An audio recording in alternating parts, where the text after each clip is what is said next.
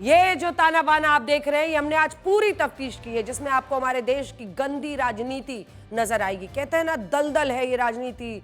इसमें समाजवादी पार्टी है, इसमें मायावती है, क्योंकि इसमें बीएसपी भी है, अतीक अहमद है, उसका भाई अशरफ अहमद है, असदुद्दीन ओवैसी है, राजू पाल है, उनकी पत्नी पूजा पाल है। अब होता क्या है, साल 2004 में जब अतीक अहमद फूलपुर से, जी हां, जवाहरलाल नेहरू की सीट थी फूलपुर, उस फूलपुर से लोकसभा का सांसद बना था 2004 में, तब वो समाजवादी पार्टी में था।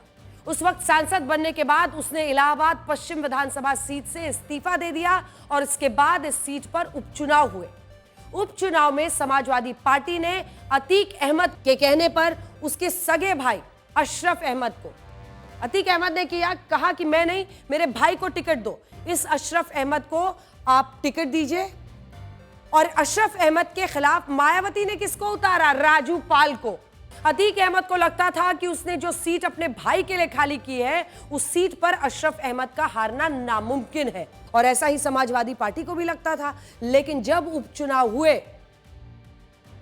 तब राजू पाल ने सबको चौंका दिया, सबको गलत साबित कर दिया, और राजू पाल इस सीट से अशरफ अहमद को हराकर बहुजन समाजवादी पार्टी से विधायक बन गए, और यहीं से अतीक अहमद की आंखों में वो चुभने लगे। आरोप है कि इस राजनीतिक दुश्मनी में अपने भाई की हार का बदला लेने के लिए अतीक अहमद ने राजू पाल की हत्या करा दी। क्योंकि अतीक अहमद समाजवादी पार्टी का सांसद था, इसलिए मायावती ने भी राजू पाल की हत्या का आरोप समाजवादी पार्टी पर लगाया, और उनकी पत्नी पूजा पाल ने भी समाजवादी पार्टी को ही अपने पति की हत्या के लिए दोषी माना। लेकिन क्या आप जानते हैं कि इसके बाद क्या हुआ? इसके बाद एक गंदी राजनीति शुरू हुई। जिस अतीक अहमद ने समाजवादी पार्टी में रहते हुए राजू पाल की हत्या कराई थी, उन्हीं राजू पाल की पत्नी उसी समाजवादी पार्टी से विधायक बन गई। जबकि मायावती की जिस बहुजन समाज पार्टी से राजू पाल विधायक थे और जो उनकी हत्या के लिए अतीक अहमद को जिम्मेदार बताती थी, उन्होंने 2023 में अतीक अहमद की पत्नी शाइस्ता परवीन को अपनी पार्टी में शामिल करा लिया। यानी सब अपनी सुविधा के हिसाब से इधर उधर हो रहे थे। ना रिश्तों का मोल, ना राजनीति का मोल, ना नैतिकता की मोल का मोल। राजू पाल को भुला दिया गया।